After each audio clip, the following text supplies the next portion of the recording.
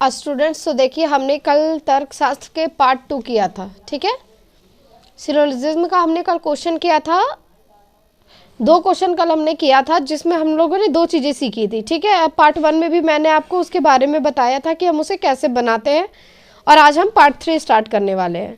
तो पार्ट 3 में देखिए इस तरह के क्वेश्चन जो है ना, वो एग्ज़ाम हो, चाहे कोई भी एग्ज़ाम हो, या एसएससी जीडी की हो, या फिर वो एसएससी एमटीएस की एग्ज़ाम हो, या सीजीएल की हो, या सीएचएसएल की हो, मतलब कोई भी कॉम्पिटिटिव एग्ज़ाम हो, या दिल्ली पुलिस की हो, तो आपको इस तरह के लगभग 3 से 4 क्वेश्चन देखने को मिल जाते हैं, क्योंकि इसमें स्टूडेंट्स जो है वो ज़्यादा इसमें टाइम लगा देते हैं इसको सॉल्व करने में, क्योंकि एग्जामिनर तो चाहता ही है कि बच्चे को हम किसी तरह से बस उसका टाइम पास करवा दे, चाहे 1 घंटे का एग्ज़ाम हो, या 1.5 घंटे का हो, या 2 घंटे का हो, तो बस वो एग्जामिनर चाहता कि बच्चे का टाइम पास जल्दी हो जाए और वो नेक्स्ट क्वेश्चन में ना पहुंच सके। लेकिन हमें क्या करना है, हमें एग्जामिनर पे ही हमें जीत हासिल करनी है। जो वो सोचता है उस चीज़ को हमें गलत करना है, और हमें इस चीज़ को अच्छे से सीख के, और हम इसे सिर्फ मात्र 30 से 40 सेकंड में कैसे बना सकते हैं वो हम सीखेंगे, ठीक है। तो चलिए इस क्वेश्चन की तरफ हम बढ़ते हैं और देखते हैं कि हम इस क्वेश्चन को कैसे बना सकते हैं। क्वेश्चन में क्या बोला है, मैंने आपको डायग्राम बनाना बताया था, तो डायग्राम हम इसमें भी उसी तरीके से बनाएंगे। बोला है कुछ वैन ऑटो है,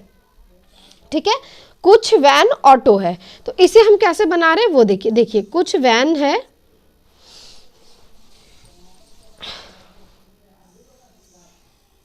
कुछ वैन है जो कि क्या है, ऑटो है, ठीक है। कुछ वैन हमारा ऑटो है, ये हमने कर लिया है, कुछ वैन ऑटो है। अब आगे में बोला है कुछ ऑटो बाइक है, कुछ ऑटो बाइक है, ठीक है, कुछ ऑटो बाइक है। इसमें हमें ऑटो बाइक और वैन का हमें कोई भी रिलेशन नहीं बताया, ठीक है।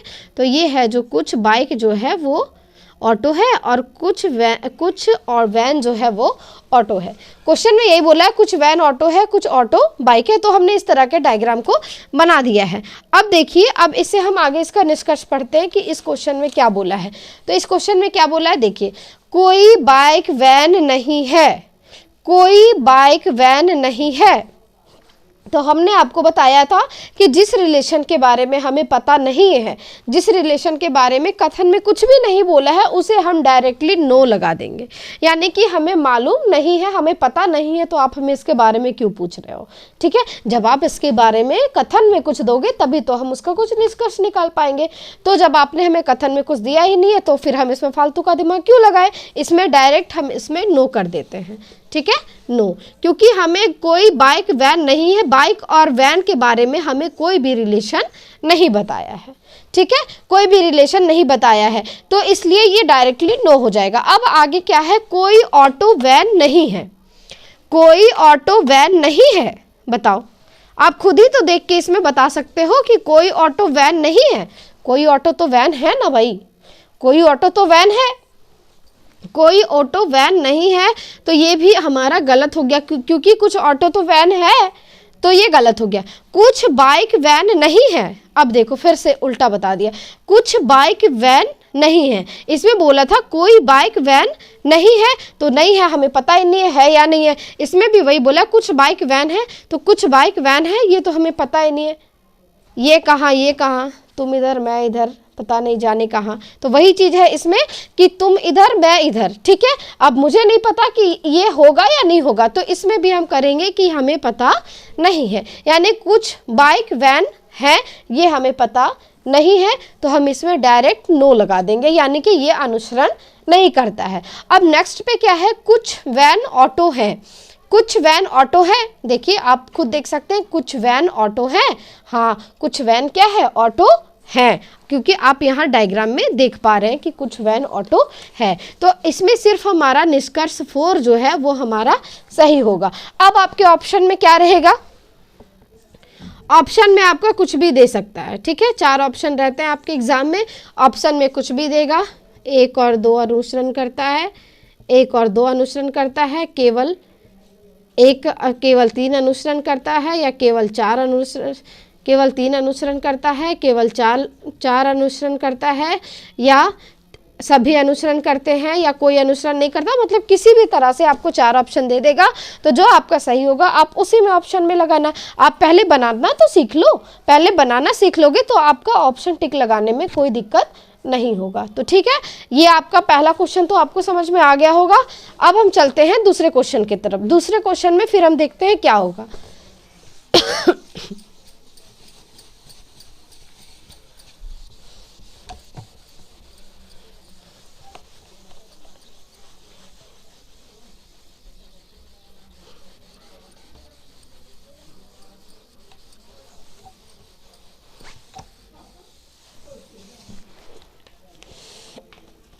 दूसरा क्वेश्चन क्या है, ये है आपका कथन। ठीक है, कथन में आपको क्या बोला है, कुछ दीवारें टूटी हुई है, कुछ दीवारें टूटी हुई है। ठीक है, ये पहला हो गया। दूसरा में आपका बोला है सभी खिड़कियां टूटी है, सभी खिड़कियां टूटी है। ये आपका दूसरा हो गया। इसमें 3 कथन दे रखा है। ठीक है, अब बोला है कुछ दीवारें पर रंग नहीं है, कुछ दीवारों पर रंग नहीं है। ठीक है, ये आपका तीसरा कथन हो गया। अब इसके निष्कर्ष में क्या पूछा है वो देखते हैं। निष्कर्ष में क्या है, निष्कर्ष में पूछा है कुछ टूटी हुई खिड़कियां हैं, कुछ टूटी हुई खिड़कियां हैं। दूसरा में क्या बोला है, सभी खिड़कियां रंगी हुई हैं, सभी खिड़कियां रंगी हुई है। ठीक है, ये आपका हो गया दूसरा निष्कर्ष। देखिए, बहुत सारे बच्चे जो है वो क्या करते हैं, बिना डायग्राम बनाए इस क्वेश्चन को सॉल्व करने लग जाते हैं, इसको और इसको मैच करते रह जाते हैं एग्जाम में। तो इसको जब आप मैच करते रहोगे तो आपका दिमाग एग्जाम में हैंग हो जाएगा, आपका दिमाग जो शांत रहेगा वो इसी में घूम के रह जाएगा, फिर आप दूसरे क्वेश्चन भी अटेंड नहीं कर पाओगे। ठीक है, तो आप इसे क्लियर करने के लिए आप क्या करो, सबसे पहले एक डायग्राम बनाओ, डायग्राम में आप फटाफट से दोनों को मिलाओ, कथन और निष्कर्ष को, और टिक लगा के आगे बढ़ जाओ।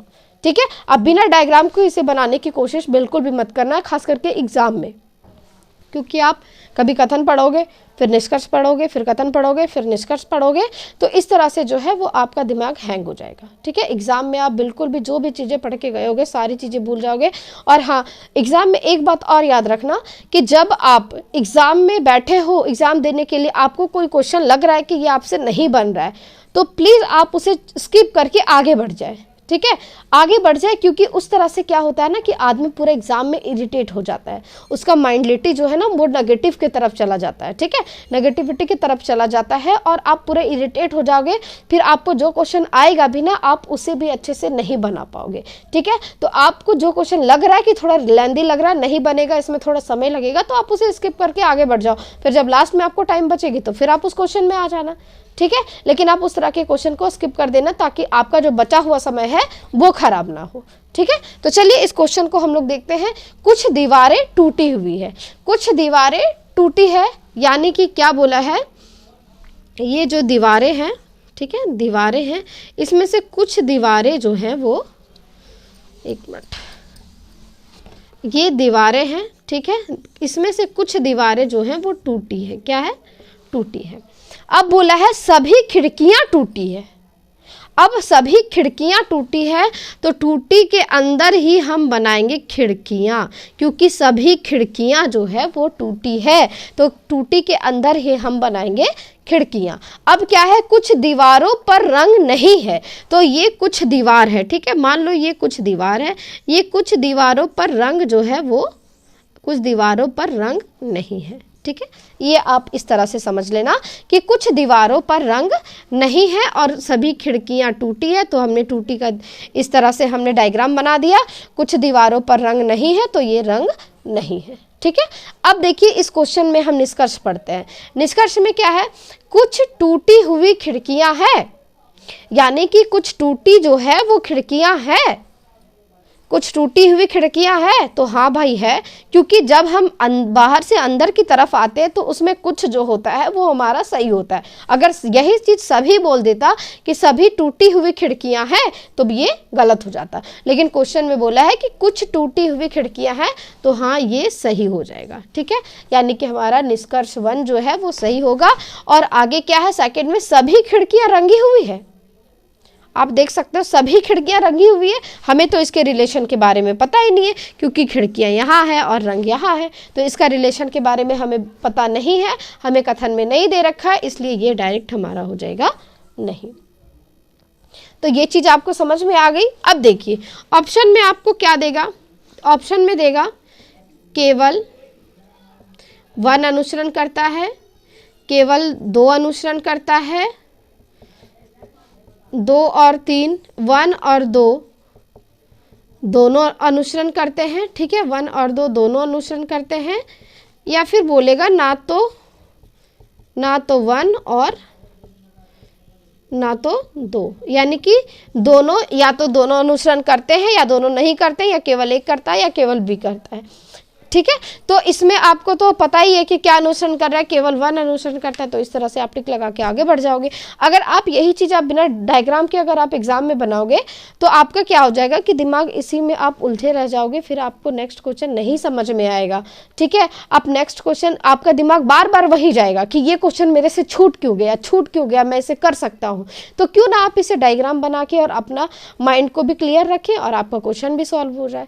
तो इस तरह से आप करें, इस तरह से आप एग्जाम में क्वेश्चन को बनाएं, और इस टॉपिक को प्लीज आप पढ़ के जाएं, क्योंकि इस तरह के 3 से 4 क्वेश्चन आपके एग्जाम में पूछे जाते हैं। ये आपने अगर कभी भी एग्जाम नहीं दिया है तो जब आप अगर फर्स्ट टाइम एग्जाम दे रहे हो तो आप इसे देख लेना। एग्जाम में जब आप बैठोगे ना तो आप मेरी बात को, सच्चाई को देख लेना कि आपने सही में इसके 2 या 3 क्वेश्चन पूछे जाते हैं या नहीं। और बाकी पहले जो तो एग्जाम दे चुके हैं उनका तो खैर कहना नहीं, उन्हें तो पता ही होगा कि इस तरह के क्वेश्चन एग्जाम में पूछे जाते हैं। ठीक है, अगर आप हमारे चैनल में नए हो तो प्लीज़ हमारे चैनल को सब्सक्राइब कर दें।